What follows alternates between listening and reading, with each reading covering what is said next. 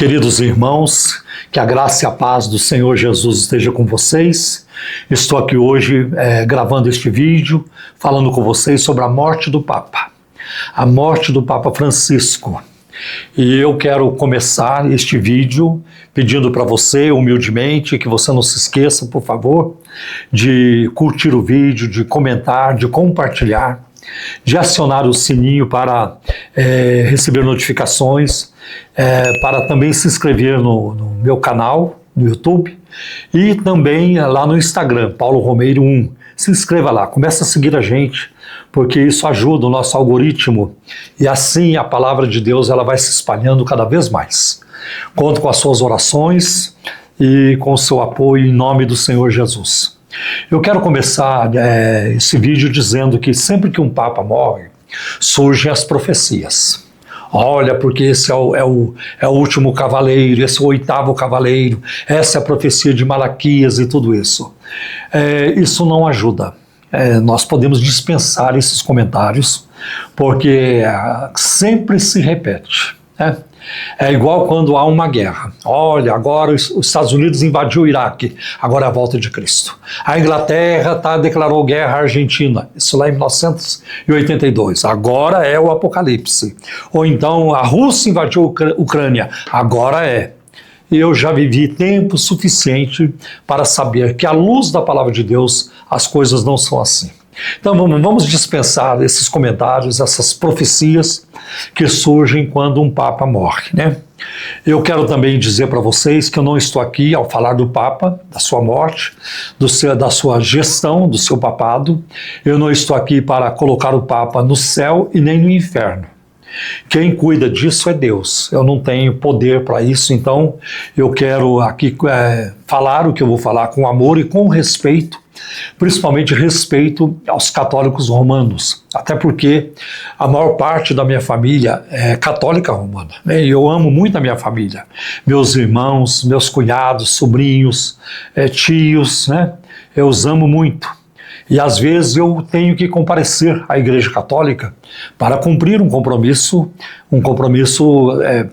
assim mais ou menos social, né? Espiritual também, mas mais social. Quando morre alguém, eu vou lá no culto fúnebre na Igreja Católica. Não chego lá criticando ninguém, nada.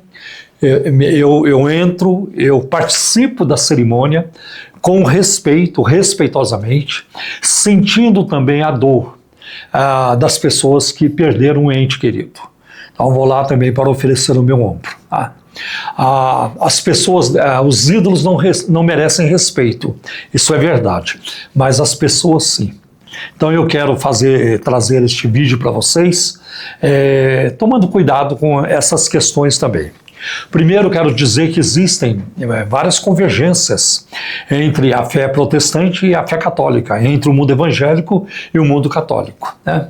A doutrina da Trindade, também lá nós temos justificação pela fé, tem a santificação, tem várias coisas que a Bíblia também, que a Igreja Católica usa. Eu sei que tem os livros apócrifos, livros a mais, mas eu mesmo me converti lendo uma Bíblia católica. E eu tenho essa Bíblia até hoje, como eu guardo como um troféu, como uma relíquia, lendo uma Bíblia católica. O Espírito de Deus, o Espírito Santo me revelou a Jesus Cristo como único Senhor e Salvador. Então existem convergências em outras áreas. Por exemplo, nas questões éticas, a Igreja Católica é uma grande aliada por exemplo, na nossa posição contra o aborto. Ela também é contra o aborto, né? Oficialmente, na sua maioria, é contra o aborto.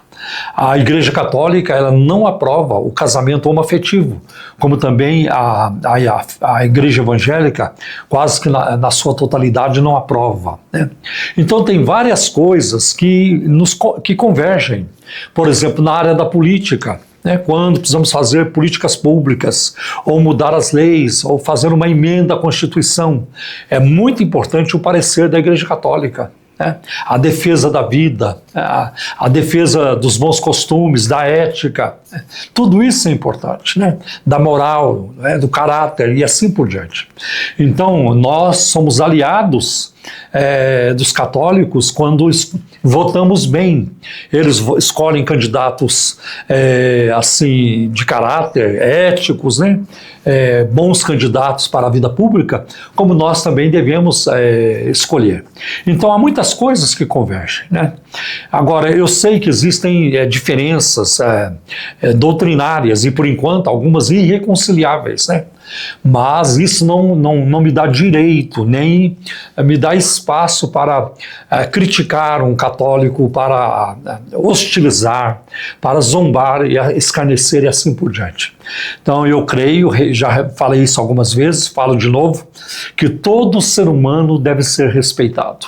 Não importa a sua preferência sexual, não importa a sua religião, não importa a sua etnia, nacionalidade, coisas assim. Todo ser humano deve ser respeitado, né? Agora, o que eu vou trazer aqui para vocês com base num artigo de um autor chamado Leonardo de Chirico.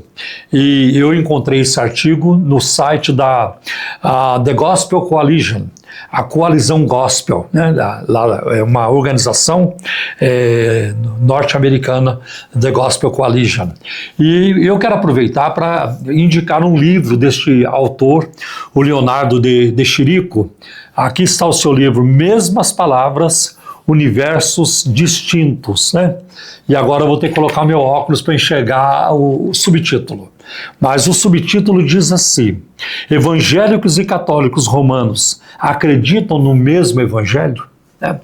Então, este autor, o Leonardo de Chirico, ele é pastor da igreja Brécia de Roma e professor de teologia histórica, de formação evangélica e de documentação lá em Pádua, na Itália.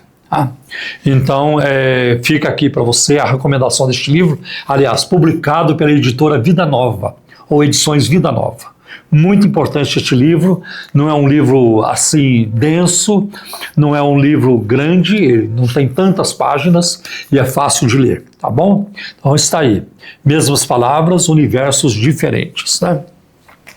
Agora, falando sobre o Papa Francisco, ele abalou o mundo católico quando ele chegou ao papado, ele abalou o mundo católico uma porção de mudanças, né? Um turbilhão de mudanças, né? Por exemplo, no status, ele optou por morar num apartamento simples lá em Santa Marta, né? Ou na casa, no convento de Santa Marta. Na postura também, porque ele tornou-se um Papa acessível a todos. No tom, ele é mais relacional, mais afetuoso. No estilo, né, não diplomático e direto. Na abertura pastoral, abençoando pessoas homossexuais e admitindo pessoas divorciadas na Eucaristia. Então são coisas que marcaram a gestão, o papado do Papa Francisco, mas também que não deixaram de causar controvérsias. Alguns círculos tradicionais reagiram fortemente a Francisco ao perceber o perigo de perder os elementos romanos representados pelos ensinamentos e práticas consagrados da igreja. Então Francisco mexeu em posições, em ensinos, em práticas que não se mexiam, né, há séculos, né? Então isso trouxe também turbulência no seio da Igreja Católica. Bem, de formação teológica eclética e inacabada, não acadêmico, né? Francisco logo demonstrou a sua frustração com o clima da igreja, né? De manutenção da igreja, a rigidez dos esquemas e os padrões tradicionais, e passou a usar uma linguagem mais pastoral. Então o mundo teológico de Francisco era povoado por expressões como teologia do povo, conversão missionária, misericórdia, conversão ecológica. A gente sabe que o Papa teve um grande interesse e agiu também na parte ecológica. Ele gostava de usar também o termo fraternidade, né? E ele também se tornou o porta-voz das religiões do mundo em questões como migração, meio ambiente e paz, mas mesmo em questões como a proteção da vida no útero materno, ele não foi tão forte. Ele deixou a desejar. Agora, para promover a unidade cristã, Francisco declarou a sua estratégia, ou essa estratégia. Ele disse assim: vamos fazer uma coisa, colocar todos os teólogos em uma ilha e deixá-los discutir entre si e avançaremos em paz. Em outras palavras, não estou interessado em papo de teólogos, né? Para ele, conversas teológicas eram quase que uma perda de tempo. Sua abordagem ao ecumenismo foi moldada como caminhar juntos. Eu gostava de usar essas expressões. Vamos caminhar juntos, vamos orar juntos, vamos trabalhar juntos, em vez de discutir questões teológicas buscando acordos doutrinários. Seu desejo de unidade estendeu-se além dos círculos cristãos. Para ele, a Igreja Católica Romana é inclusiva, de todos, com base em sua humanidade, não baseada no arrependimento e na fé em Jesus Cristo. Não precisava impor isso sobre as pessoas. Ele orava regularmente com muçulmanos e líderes de outras religiões. Francisco enfatizava a inclusão em vez da tradição. A tradição na Igreja Católica, traditio, no latim, é aquilo que é passado oralmente. E a Bíblia fala, tem esse termo tradição. E a tradição, ela sempre será bem-vinda desde que ela não contrarie a palavra de Deus e desde que ela encontre apoio na Bíblia Sagrada. Se há uma tradição que contraria a palavra de Deus ou que contraria a história, contraria a ciência, aí fica difícil de defender uma tradição, como eu vou demonstrar neste primeiro vídeo ou no segundo que eu vou gravar. Mas ele encorajou sua igreja a abordar os católicos divorciados e recasados, não de acordo com a letra de sua tradicional exclusão da comunhão, mas segundo o espírito abrangente que busca maneiras de incluí-los caso a caso. Então, o autor aqui, o Leonardo de Chirico, diz que ele implantou, ou que ele expôs, demonstrou um tipo de catolicismo, uma forma líquida de catolicismo romano. E agora eu quero aqui também colocar uma pergunta. Quem será o próximo Papa? Quem substituirá Francisco? Olha, interessante, 75% dos cardeais que elegerão o Papa, que vão participar do conclave, a palavra conclave significa, do latim vem conchave, porque eles estarão fechados, isolados, para escolher o Papa. No meu próximo vídeo eu vou falar mais sobre isso, como é que um Papa é escolhido, Então, 75% dos cardeais que elegerão o próximo Papa foram indicados por Francisco. A maioria dos cardeais, dos novos cardeais, são amigos de Francisco e pessoas com ideias semelhantes. Então eu acho que a chance de um Papa conservador, tipo João Paulo II, é mais difícil. Porém, se a Igreja Católica continuar na sua caminhada progressista, não dando muito peso para a teologia, para a doutrina, e mais para relacionamentos, a boa amizade, ela vai perder muito a médio e a longo prazo. Haverá uma erosão doutrinária, com certeza, porque se as coisas não têm mais limites, aí fica muito complicado. A mudança que Francisco trouxe não promoveu um movimento evangélico na Igreja Romana, quer dizer, um movimento bíblico. Ele tornou sua igreja mais católica e menos romana. Mas ele não a tornou mais bíblica. Essa é a opinião do Leonardo de Chirico. Agora, tem um autor chamado Carl Truman, professor de estudos bíblicos e religiosos no Grove City College, lá na Pensilvânia, nos Estados Unidos. E ele diz que Francisco, em comparação com seus dois predecessores, ele não era um teólogo, ele estava aquém na área teológica. Por exemplo, João Paulo II foi um papa com muito carisma, um papa que marcou muito, e um papa que viajou muito. E aonde João Paulo II chegava era uma comoção, né?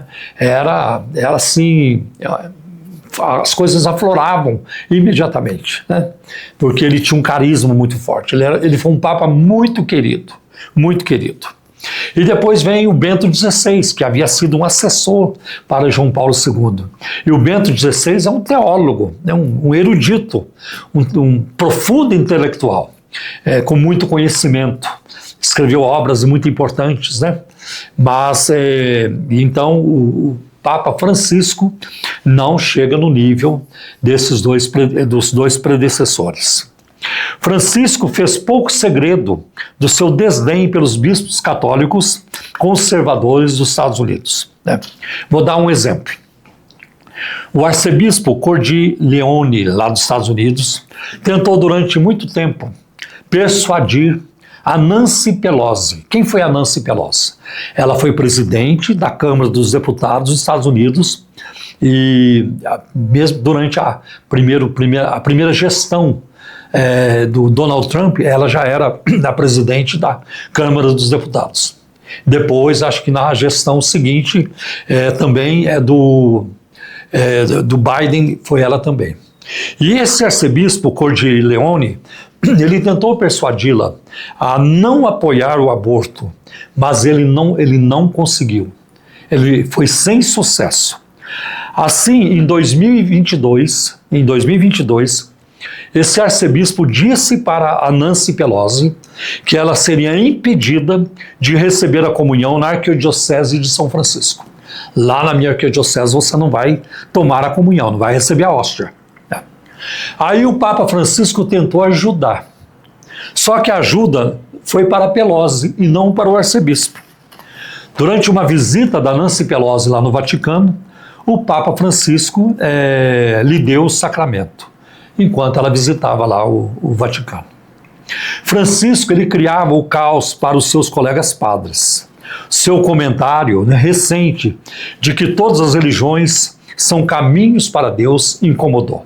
Aliás, ao longo da sua caminhada, várias declarações do Papa causaram polêmicas, né, controvérsias dentro da Igreja Católica, né? Houve a questão, por exemplo, das bênçãos para os casais do mesmo sexo, o que empoderou aqueles que buscavam mudar o alinhamento, o ensinamento da Igreja Católica em uma direção progressista. Por exemplo, existe dentro da Igreja Católica um movimento feminista, né?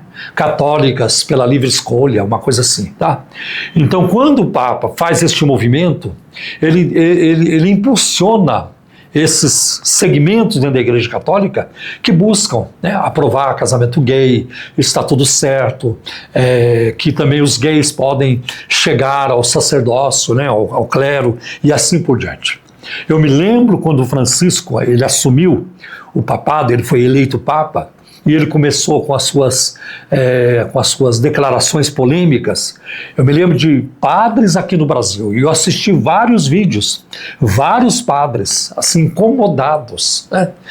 Alguns até dizendo, aqui na minha paróquia isso não vai acontecer. Eu não vou entrar por esse caminho, eu não aceito isso aqui na minha paróquia. E eu nunca tinha visto ao longo da minha vida alguém se pronunciar contra o Papa, né? Autoridades católicas se pronunciando contra o Papa, né? Mas muitos católicos ficaram incomodados, né? Uma outra coisa também que o Leonardo de Chirico diz é que houve também a rendição ao Partido Comunista Chinês, quando o Papa fez um acordo com o Partido Comunista Chinês, né, que para permitir que o magistrado secular, com sangue nas mãos, com as mãos sujas de sangue, interferisse na escolha do bispo, né? Então, enquanto ele fazia acordos com a China, enquanto a China desfrutava desse acordo especial, eram constantes as críticas do Papa contra a política do governo americano, principalmente quanto à imigração ilegal. Poucos meses antes, A cidade do Vaticano havia implementado suas próprias leis draconianas relativas a intrusos estrangeiros indesejados. Por exemplo, não é fácil você entrar no Vaticano. Você não chega lá e já vai entrando, mesmo que você já esteja dentro da Itália.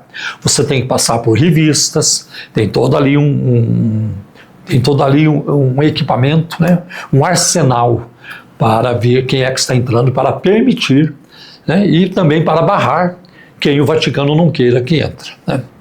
Agora, o tempo nós não sabemos, mas o tempo dirá se o próximo Papa seguirá os passos de Francisco ou não. Depende daquele que for eleito. Vamos aguardar.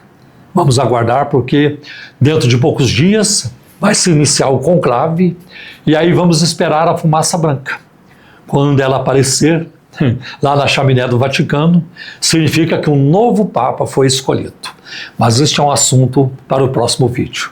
Deus abençoe vocês e até o próximo vídeo, se Jesus não voltar antes.